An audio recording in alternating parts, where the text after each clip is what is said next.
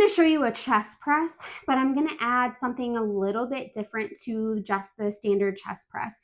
So if you're like me and you don't have a bench at home to be able to do your chest press on, I'm going to show you a version that I typically will do with my classes and with my clients. So before we get started with your chest press itself, what I want you to think about doing is your arms are about a 45-degree angle. You're not all the way out in this, sort of like a touchdown style. You're not all the way in. You're going to find that happy medium, about that 45-degree angle with your chest press. I'm going to lie down.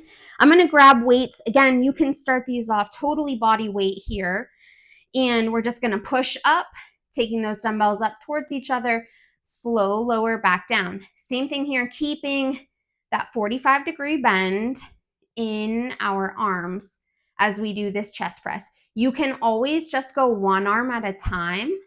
If that feels better, this would be an iso hold dumbbell chest press, where you're just pushing one dumbbell up at a time while you're keeping the other one extended overhead.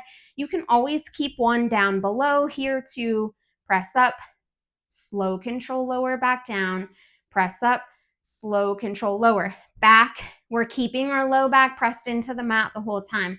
Usually the heaviest part of the work here is on that push up, so that's where you're going to exhale. Inhale as you lower back down. If you don't want to use weights right away for this, you can just keep your arms or your hands in a fist position, and you're going to push up and slow lower, using your own body for tension here. So really squeeze those muscles, tense up, push up, and then fight your own body as you lower back down to the mat. If you have a stability ball at home, you can do this up on the stability ball. You're going to rest your shoulders and your upper back on the ball. Your legs are going to be obviously off the ground, so you're going to be more hip and glute activated here. I don't have a stability ball here, so I'm going to show you the glute bridge version of that. And when I say glute bridge, what I'm thinking about is when you're extending your fingertips down towards your feet, your fingertips should almost be able to touch your heels. That's going to keep it more of a glute focused movement.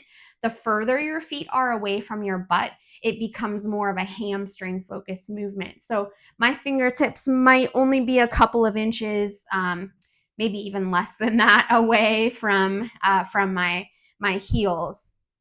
So you're going to push up into that glute bridge position. My arms are still here at the sides. I'm going to hold this glute bridge, hold my butt up in the air, pushing my hips up towards the sky as I push the dumbbells up, and then slow lower back to the mat.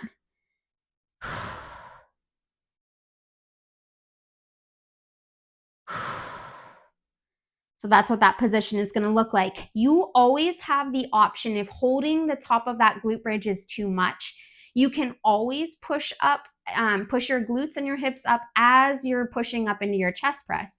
So you can move at the same time. So it would look like this. And then slow lower everything back down to the mat.